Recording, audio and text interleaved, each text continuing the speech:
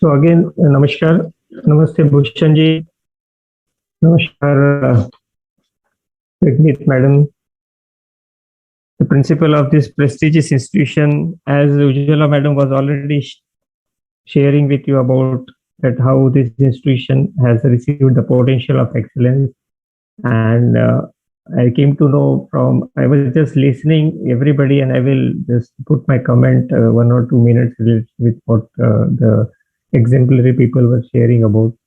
Of course, what Madan Madam was saying, and really appreciable. They are so meticulous. It's an autonomous college, and I will be talking in my presentation about this autonomous status, why it is so important, and what is the role they are playing, and further what they can do it, and what the other institution also has to proceed with. Then we see of this university, Ujjwala Madam. Yes, she has narrated very nicely what we have understood specifically about women empowerment and many other things.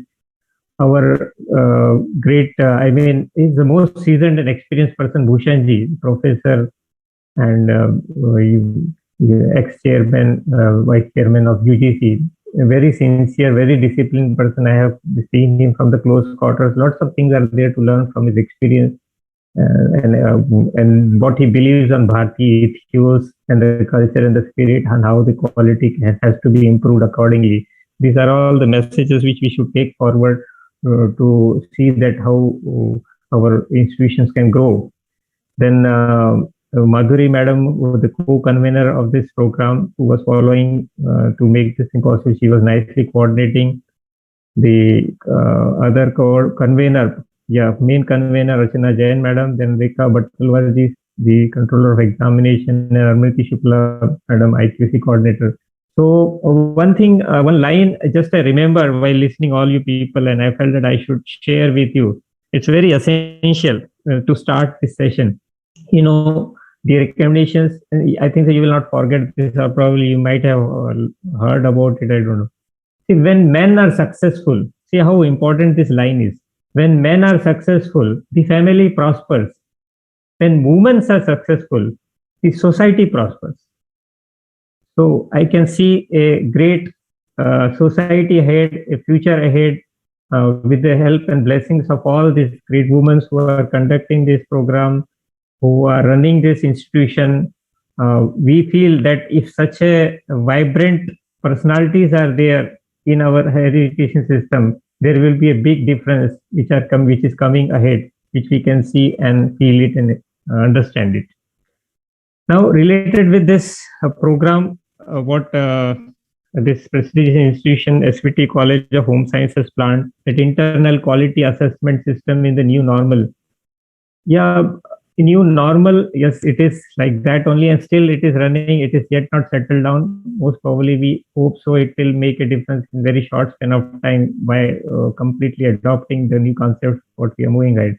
Yeah, there is a difference in the assessment of the quality in this concept, and in this presentation, this brief presentation of mine, the next 35-40 minutes, what as per the program schedule is ANA methodology and revised accreditation framework, and this title is related with the same is as good as, because we don't pronounce it as a revised accreditation framework. It is now an assessment accreditation process, and NAAC, because this revised accreditation was in 17, now it is the full part and parcel. Almost we have 13 manuals related with this assessment accreditation process, which we assess it for various institutions, various types of institutions, as though what Bhushanji was very nicely proclaiming that assessment accreditation is compulsory and will be the part and parcel of every institution. As per NEP also, it is being said that till 2035, maximum of the institutions should be accredited, and NEP bats for this the Higher Education Council of India, which will be a heading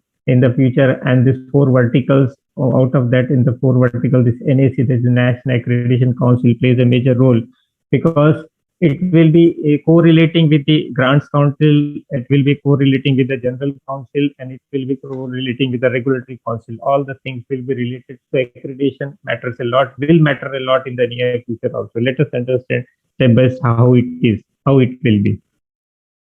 So as usual, every time I start my presentation, I generally talk about my own organization. It's a 1 minute spare time for this because it's a prestigious organization which we should talk about. This is the Assessment Accreditation Council, which was established in 1994 with that national education policy, that is 1986. On its recommendation, this body was established. It's an autonomous body, and with this national education policy, again there are the changes in the pipeline. But the tool and the base of the tool will remain same. Yes, I am sharing and stating it very categorically, intentionally, strictly, that the tool, the base will remain same. It cannot be changed because the assessment of the quality is that base, and that will remain. And my stress will be on that base only. Okay. So whatever the change will happen will be depend upon that base. Okay. Now, overall, this assessment accreditation has been formulated on the basis of this core values. This will also not change. That is contribution to national development, which NEP also talked about. See how much contribution an institution is making for the national development. That is very much focused on the criteria number 7. Fostering global competencies among students. Means our students should be equally competent to see that they are able to face the challenges, because the future of the work is being defined as which is very uncertain. Okay, so how we have to see that the capability of the student has to be developed to face that uncertainty. For example, this 2021, since 2021 now it's 22 will run. So this uncertainty has cropped up, and how we have faced it. The same way we have to develop our students to face this. Anything can happen, so we have to strengthen their capability. That is fostering global competency. Inculcating value system in students. Yes, of course, NEP bats like anything. Bhushanji was also talking about value system. It is not only that they should be self-centered, that they have to think about the society at large. That has to be developed within the student, and it depends upon the prime motto and the aim and ambition of the institution. The good institution like this one, they develop the student for the betterment of the society. That is, core values has to be seen developing among the student. Promotion of use of technology, that we are feeling it. The use of technology immensely we are adopting, and NAAC already has spoken many of the times. In our criteria also we have, in our metrics also we have mentioned, and that is being utilized like anything at present. Quest for excellence, a very important terminology, friends. Continuously striving for excellence. It is not that one chapter is over. It is, we have to go with the means, if say suppose good grade is there, A grade is there, then they have to go for A plus, then A double plus. Likewise, it's simply excellence is at par. It should be at par. It is continuously moving process. It is not stagnant. It's a flexible, of course, but the institution has to always strive for the best.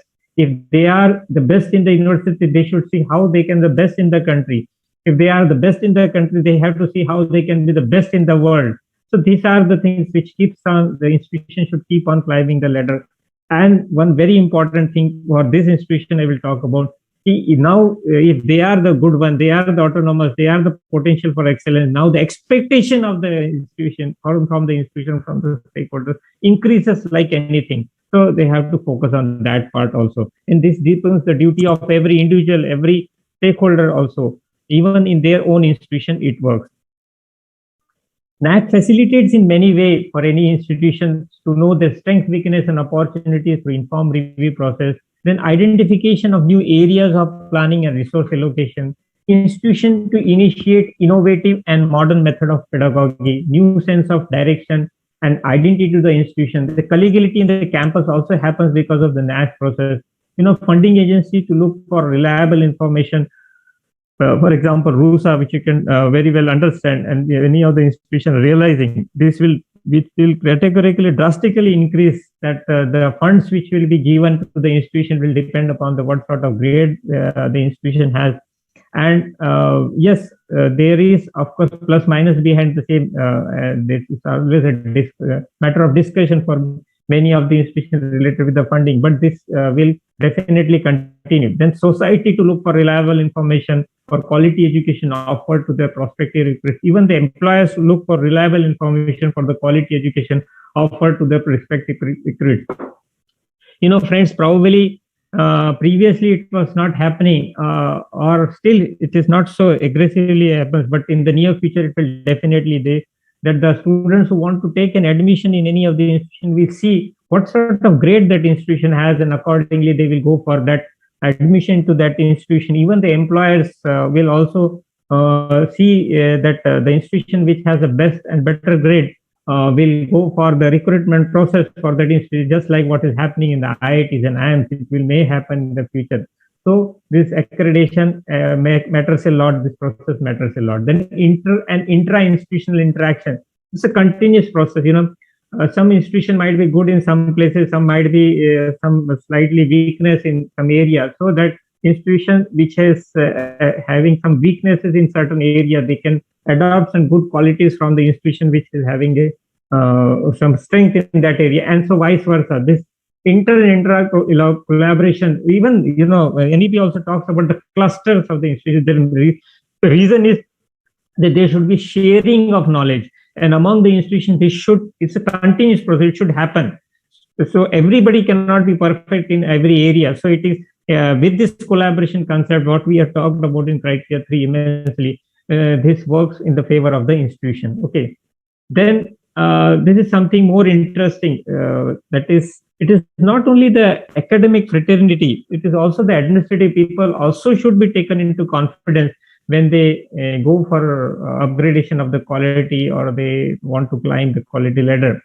Why? There is a reason. Simple reason is that the administrative people are the backbone of any institution. For example, if this webinar is running, so who are running this webinar? The people who have come out with this content of Zoom, or who has helped in ICT process and all that. That are all administrative people. So we have to take them into confidence. We have to motivate them. We have to appreciate them. We have to provide certain training programs for also them. Means in addition to the academic fraternity, administrative people should also be taken into confidence to move ahead with any sort of example. If any of the, say, suppose some girl want to do a course in BTech, okay, and she is in search of a good institution. When she visits that institution, if the person sitting on the front desk who is explaining about the course programs and the contents and the qualities and all that, if he or she is not able to explain to that girl who wants to do that BTech and who has come for an inquiry, in that way he or she may carry that message, whatever that front desk girl or the person who is sharing this concept about or explaining about the course material. So how they behave, how administrative staff behave matters a lot. So it is essential they have to be also taken into confidence when we move ahead with this or climb ahead with the quality ladder for higher education. Then focus on quality has several aspects and 4 contents which I always talk about. Focus on quality provides learner with the capability they require to become economically productive, develop sustainable livelihood, contribute to peaceful and democratic society, and enhance individual well-being. These are the 4 major content for the climbing the quality ladder for every institution, for every, and this makes a difference. On that basis only these 7 criteria are developed, which many of you people might be knowing. These 7 criteria are considered to be as a 7 core functions of higher education institution. Each and every function of the higher education institution is based on these 7 criteria. Okay, many of you people might be aware of this, but let me talk about something different related with that whenever we talk about the particular criteria and related with that.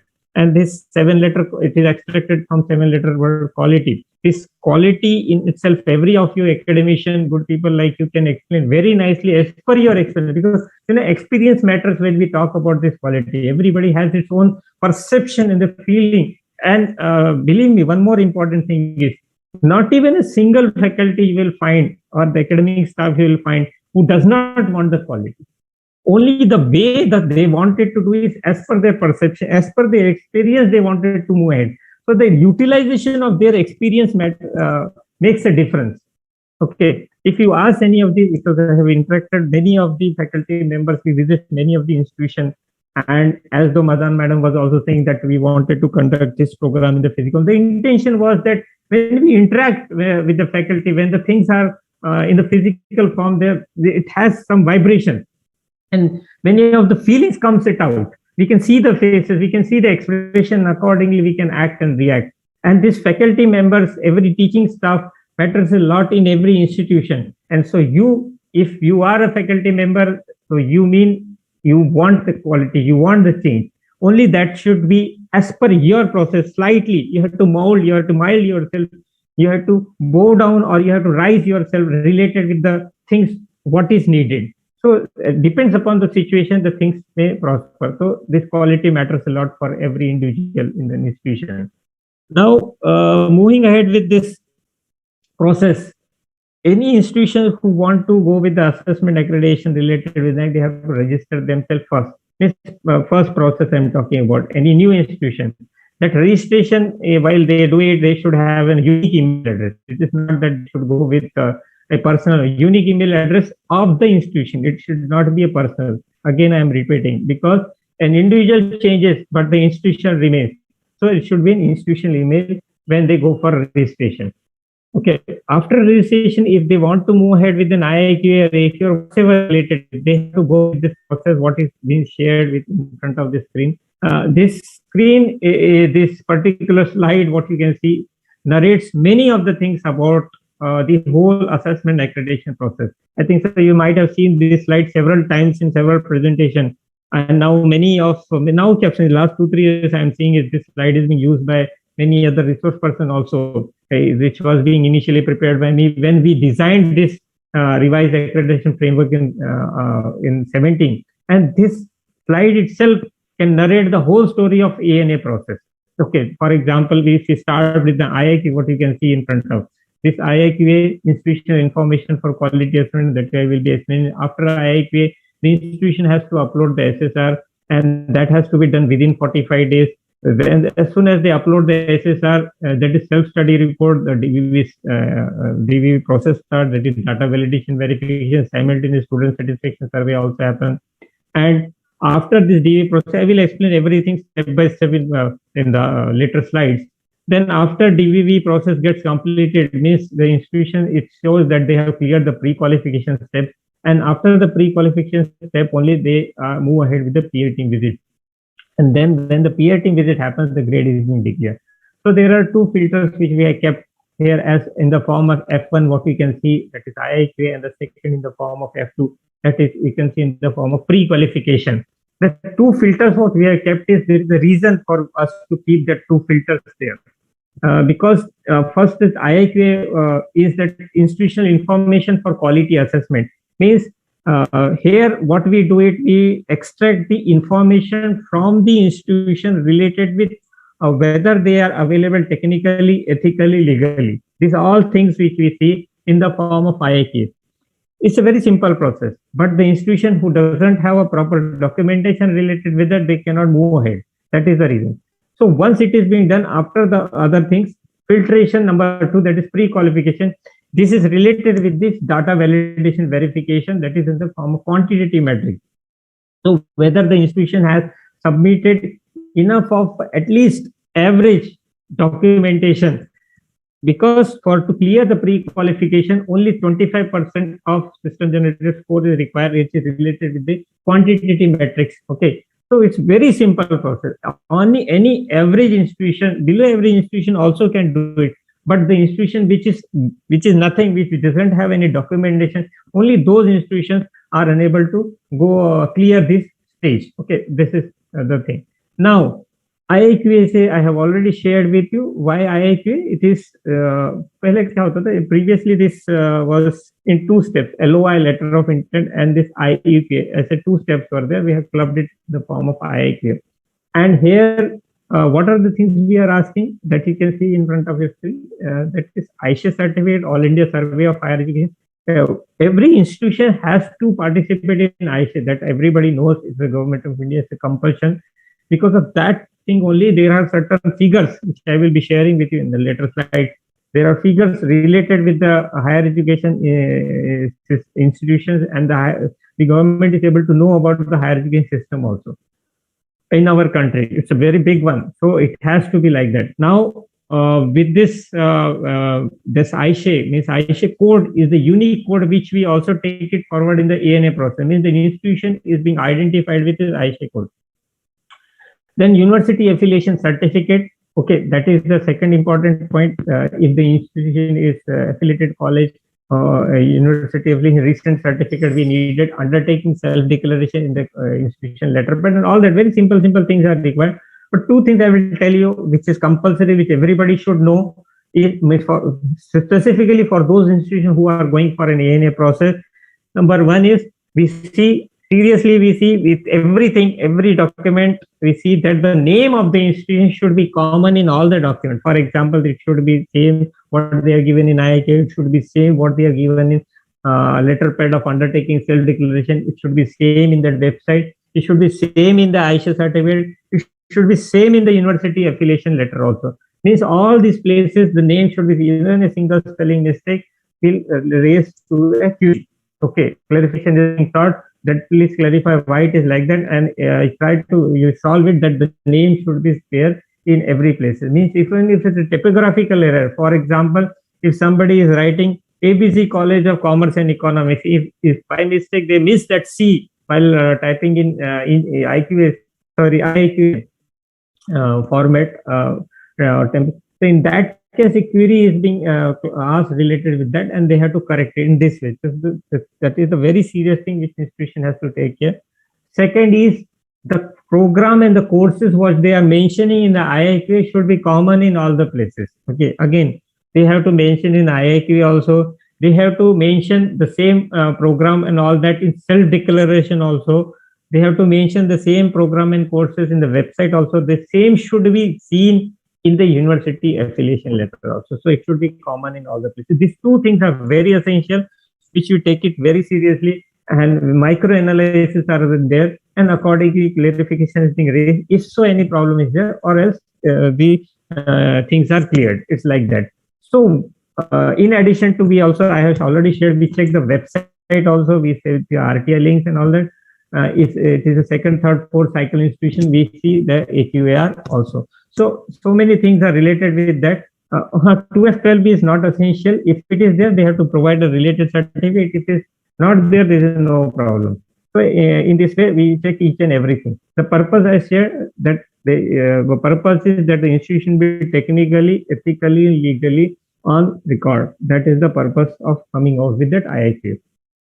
So IIQ, if it is accepted, we will go for an SSR self-study report, submission of self-study. If it is rejected, in case because of not submission of any sort of document by the institution, in that case, we provide them 2 more chances, that we have kept it as a flexible in nature. We provide them 2 more chances that they can come up in that particular year with the same fee. That's the chance we have given to them, so that their at least amount can be saved. Okay, that is an intention, because sometimes it may happen because of bureaucratic reason and all that, they might not be able to submit some certificate. In that way, we have given them the chance. Now, after I've already shared with you, after acceptance of IIQ, the institution has to upload the SSR, that is self-study report, within the 45 days. Now, there's something again very interesting. 45 days, the time period is of course there, but it's a number request to each and every institution that this SSR, which has to be submitted in 45 days, should be the institution should start preparation of the SSR well before in advance, before 6 months, 1 year prior. They should start preparing. They know that they have to go for the next process probably after 6 months or 1 year. So, but they should start preparation in advance, because it's a time-consuming process. It requires lots of documentation and data which they have to provide in every metric, specifically in case of quantitative metric. So within 45 days, all of a sudden the things cannot be arranged. It should be planned properly, and every record has to be kept year-wise, and accordingly they have to upload and submit it. Those institutions who started their submission of SSR after acceptance of IIK, or they start preparing the SSR, they find it very difficult to complete it within 45 days. Initially, it was very much like that. People took it very casually. Some few of the institutions, not every few of the institutions, and they were forced to ask the extension of time, and it was not given. Some institution has happened like that, unless it is a valid reason. Okay. Now, let us go step by step. Criteria wise, I will explain you in a brief, in a very short span of time, because we have very less time with us. 45 minutes is very less for this detailed explanation. So, seven criteria are there with 34 number of key indicators are there for university and autonomous institutions. Okay, and 31 are there for UG, and accordingly 32 for. So in this way, the overall key indicators are then the key indicators are bifurcated in the form of metrics. So metrics, we call it as a question for a layman, for anybody to understand, you can assume it as a question.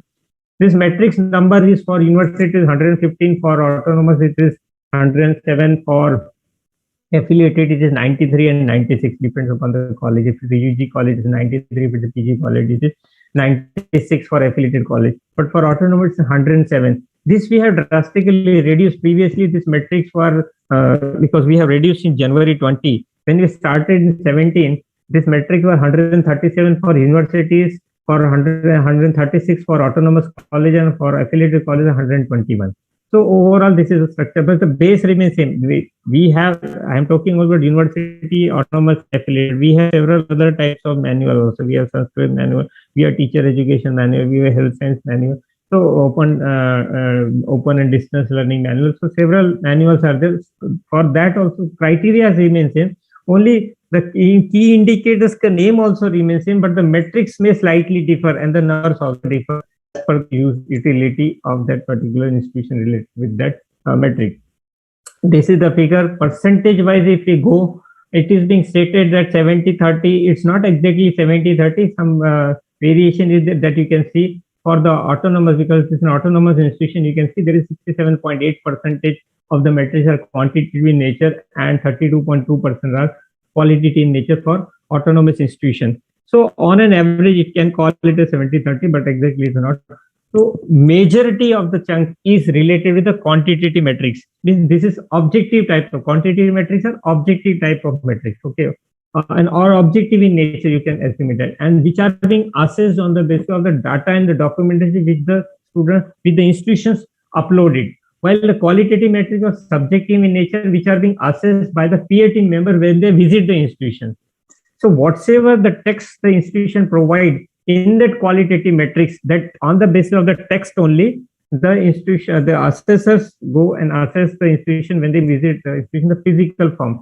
While the quantitative metrics, the institution has to provide in the form of the documentation, whatever data and the figures they provided. For example, here you can see here the one institution frequently updates its IT facility. This is a qualitative type of metric. Here the institutions write down around 500 words, the text they have to provide it, how they frequently update their IT facility, and the assessor, whoever will visit the institution, they will assess it on the basis of the text what they have given. While in the quantitative metrics, the figures they have to provide. This is student computer ratio is being given. So here, how many number of students and how many number of computers are there that they have to provide the related documentation. For example, number of students, they figure what they have provided in the IIQA, the same will be carried forward here.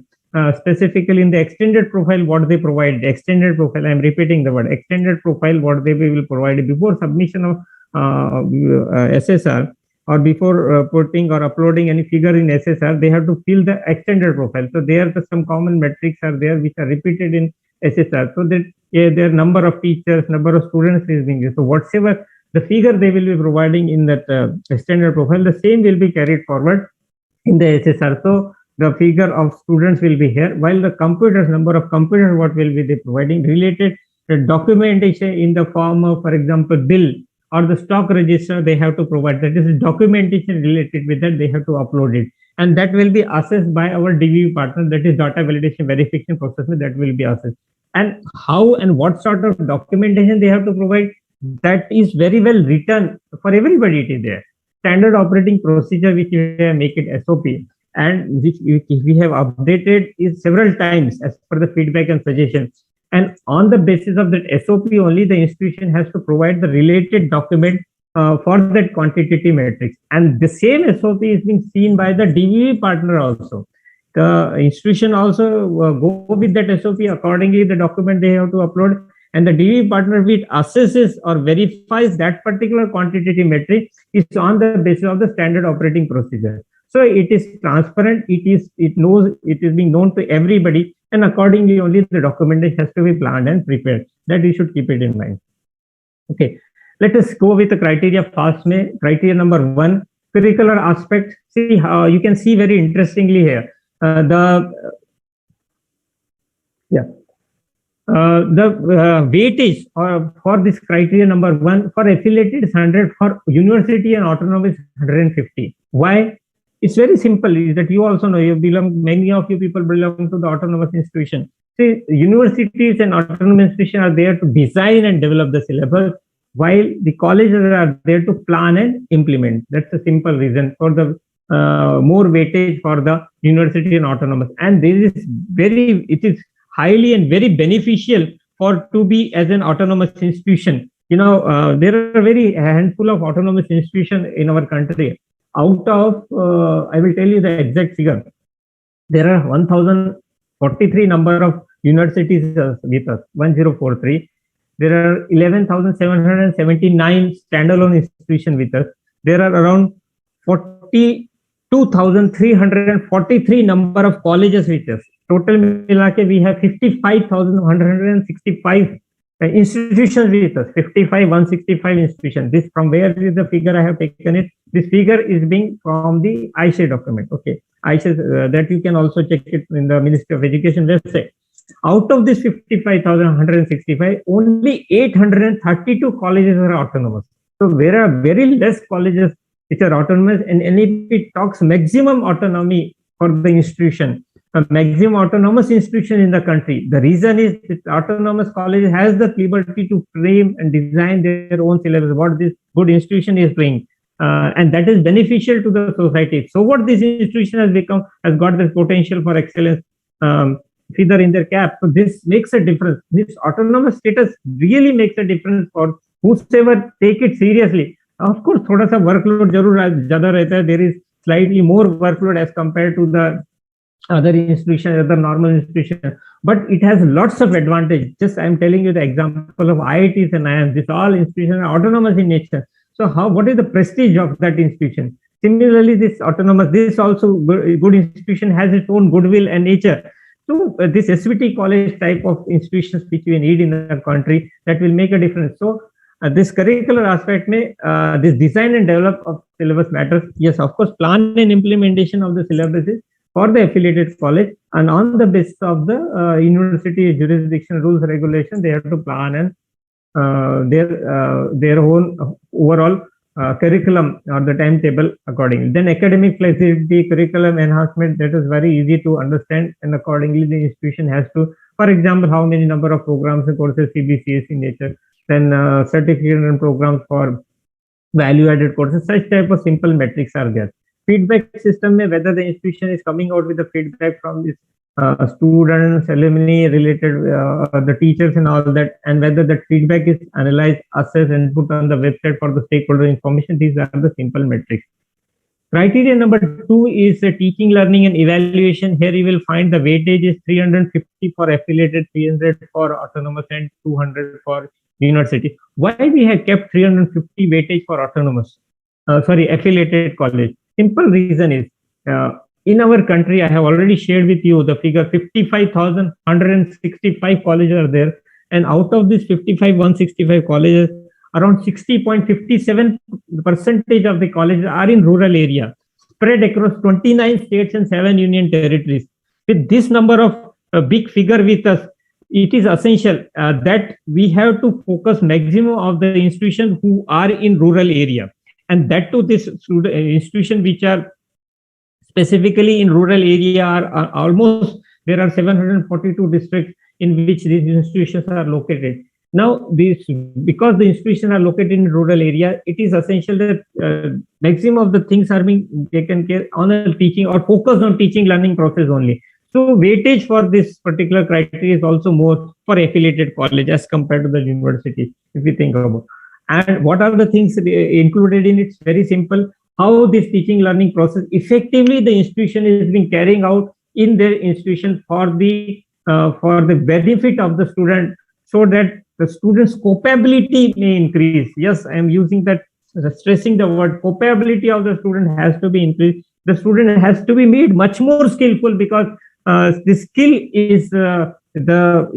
is very much in need for the near future, because we have to focus on the RISE concept, that is research, innovation, skill, and entrepreneurship. With this concept of RISE, that is RISE, research, innovation, skill, and entrepreneurship, we have to see with this teaching learning process, we have to improve and increase the capability with the concept of RISE. Okay, and this is adaptable, this is acceptable, this is possible with, if we go with that concept of KASH, that is knowledge, attitude, skill, and habit. This overall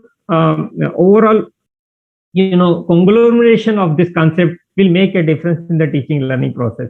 Then there is student satisfaction survey. This I will share with you in the later slide, slightly elaborate. I will elaborate it because it's one of the process, in one of the important process in this assessment accreditation.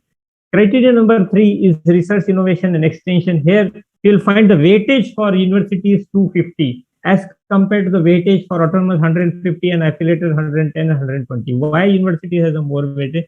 Because of universities are bound to do research and innovation because of the infrastructure facility available with them. Okay, we have 1043 number of universities with us, and maximum expectation is there that they should come out with research and innovation. Yes, of course, autonomous colleges are there too, but we have kept it less weightage.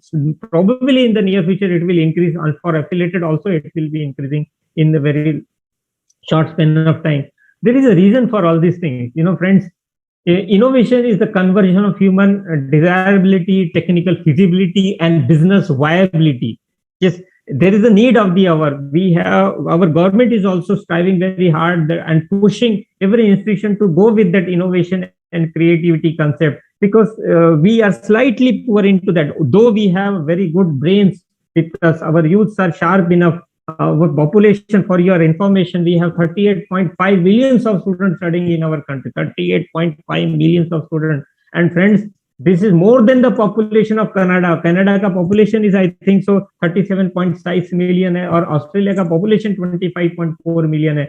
And our students, higher education system students population is 38.5 million. It's big one, very big one. So this big population, specifically the young population, why we call it our country as a young one, there is again a reason, because 60% of our population is less than 35 years of age, and so we call it as a young. And this much of chunk which we have in our higher education system can make a difference. So pushing ahead, encouraging them for innovation and creativity is the need of the hour. Then extension activity, I talked about value system. Bhushanji also talked about ethos, Bharatiya ethos, and all that. This is related with the student, and that is an extension activity in the neighborhood community in terms of impact and sensitizing students for socialistic issues and holistic development. It's the need of the hour that we should develop that culture in our students, that they should understand that they have to think about the society. In addition to their own goals, they have to think about the society. They have to think about the country. Then only there can be quite a much big difference in our economy, and then only it is possible. Very soon we will be a developed nation if we go with this concept. Collaboration, I have already talked about or shared with you people. Then infrastructure and learning resources. This is common. 100 weightage is there. Infrastructure is there in every institution, but slightly it varies. And utilization of the infrastructure matters, friends. Utilization of the infrastructure, how best you can utilize the infrastructure for the betterment of the student. For example, here simple things are there. Say institution has a library facility, library, laboratory, computer lab, classroom, seminar halls, whether such facilities are there. They have an integrated library management. The ILMS software is there or not. Budget allocated for the purchase of books and journals. And they have IT facility, how frequently they upgraded IC facility and all that. Then maintenance of campus infrastructure. What is the budget allocated for maintenance of campus infrastructure? These simple things matter. One line I will share with you. It's so important, and you should. I think so. You can note a place for everything and everything in its place. It's just if you just memorize it and repeat it again and again, you will see that it has a great meaning. Place for everything and everything in its place. If you go with this mantra, your infrastructure will be superb. In addition to all that physical facility, rest of the things will also make a difference. place for everything and everything is place. One example I will tell you. Thoda sa I am running fast because of shorter span of time, but I will tell you this example: place for everything and everything in its place. Say in your college you have a canteen, and the students go eat the chips through the chips packet and all that, and they take tea, coffee through that cup. And instead of keeping that, throwing that chip wrapper or that cup of that tea, coffee into the dustbin somewhere else, and if maximum of the students do like that, what will happen? Okay, that you can see that is your that particular campus will be. You can assume it how dirty it will look like. Similarly, if the teacher goes for teaching in the class and all that, and when he comes in his staff room, and instead of keeping his books and that duster, chalk and all that, the place where it has to be in the cupboard, he just simply keeps on the table and then moves away. And many of the teacher does like that. And how the staff room will look like? So you can narrate or really link this sentence with every places. A place for everything and everything in its place. If this concept is being adopted in every institution, there will be a positive vibration. And friends, believe me, if there are positive vibrations, if there is a positive vibration concept in the institution, then the teacher himself would like to teach much more with the full of passion. And similarly, students will also like to come here and learn and understand, and would like to be in the institution with full of passion. So positivity matters a lot, and this positivity comes with this concept of place for everything and everything is place. So this infrastructure and learning resource matters a lot. Okay, then criteria number 5, this student support and student progression. This is simple, very simple. Why it is simple but equally important, I will tell you later why it is important. Student support means what sort of face organ scholarship and received by the student in the form of from the government and non-government organization. That is student support we are talking about. Then capacity enhancement development programs run by the institution. Student progression, this is a key indicator which is going to make a difference in the future also, because NEP also talks much about it. That is outcomes. Outcomes matters a lot. Okay, so here what we are talking, that I will tell you. How many number of students are being placed, how many number of students have cleared the competitive exam, how many number of students have gone for some further for higher studies and likewise. But outcomes, what NEP also talks about, institution's duty is to focus on outcomes rather than output. Slight differences there are output and outcome. Okay, output is, say for example, 1,000 number of students are there in that institution studying, in the form of output, say 100 almost 1,000 students pass out from that institution in the form of output. That is an output. But outcome may, if only 200 or 300 students are being able to develop their career, or are able to choose their career in their life, or are successful, that is an outcome. So here the things should be focused on. Output, okay, it automatically will happen as per your special efforts and all that, routine effort. But outcome may, some very good initiative has to be taken by the institution, so that outcome, because there is a reason, this Center for Monitoring Indian Economy states that the unemployment ratio is very high in our country, that is almost 7%. There is a reason why this unemployment ratio is very high, that is 7.2%. It is in urban area 8.2 and in rural 6.6.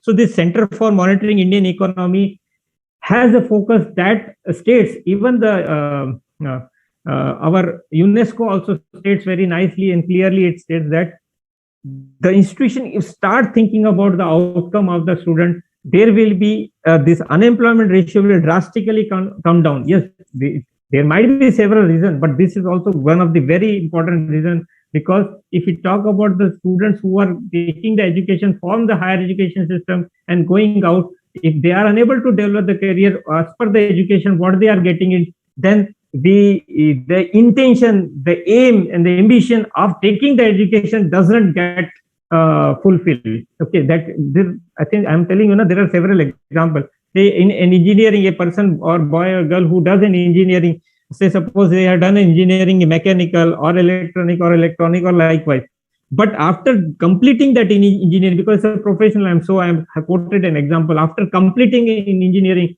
that you also know how many of their students continue with the same stream what they have taken engineering or taken the education in that stream. Whether they really continue with the same, you will answer, you very well know. Maximum of you will tell no, because if they don't get an opportunity there probably, or they are not enough skillful, or several other aspects might be, they join something else, they do something else.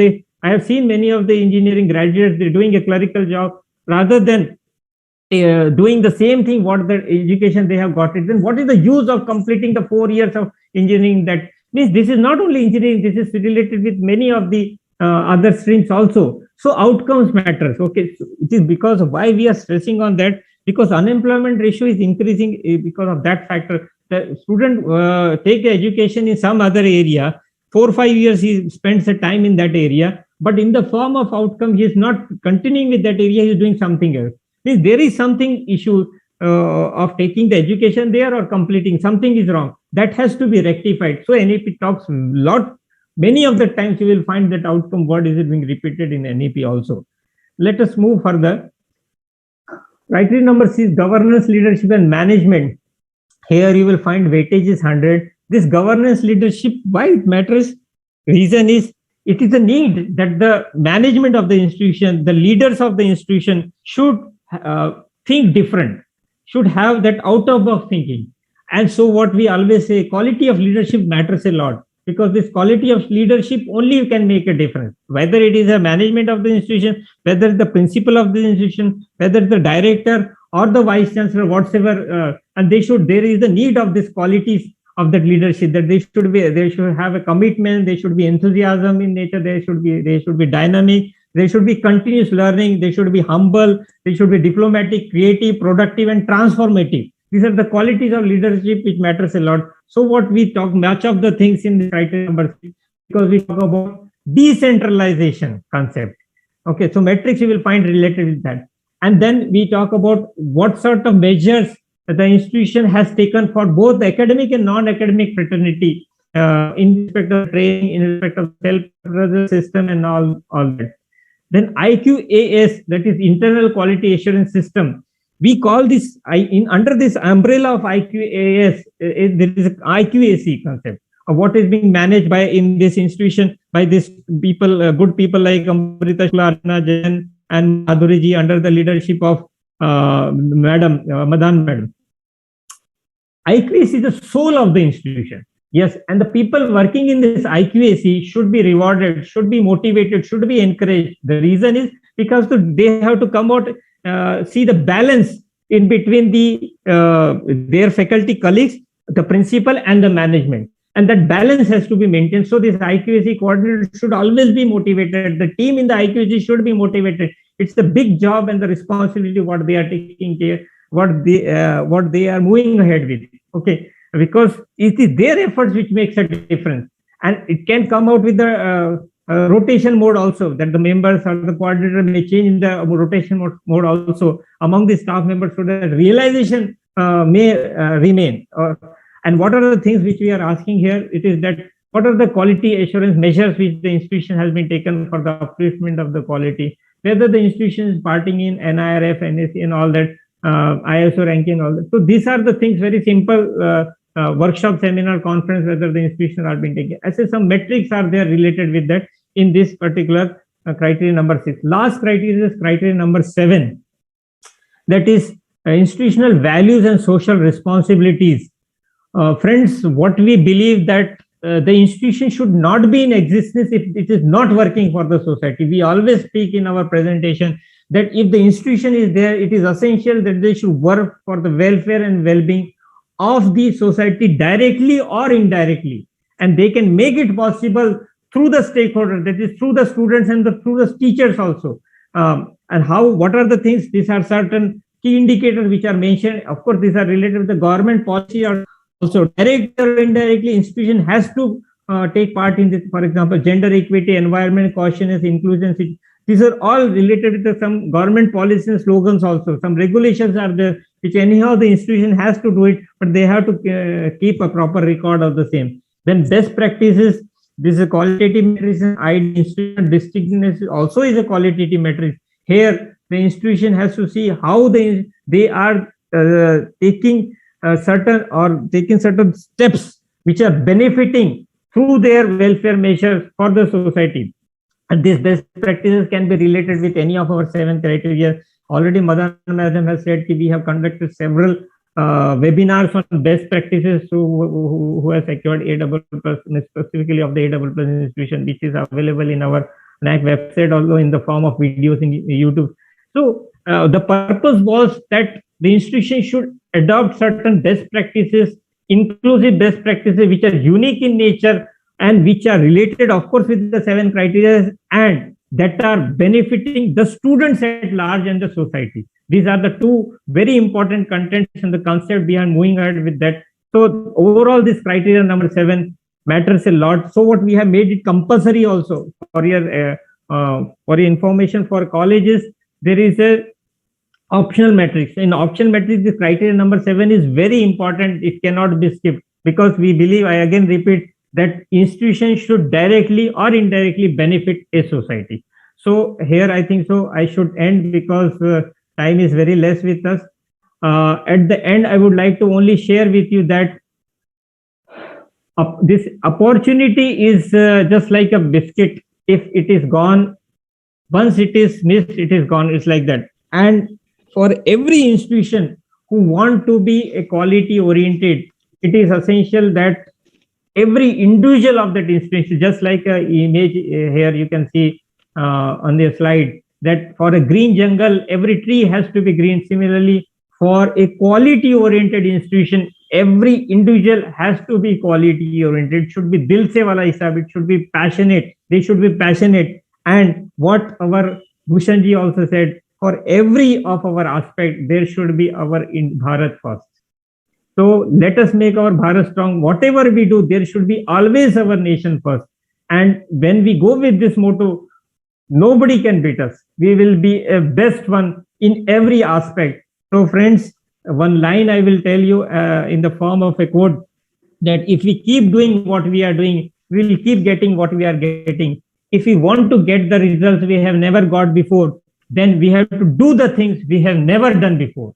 Then we have to do the things we have never done before. Thank you very much for your kind patience. Thanks for your listening. Thanks for giving me an opportunity. Thank you. Namaste.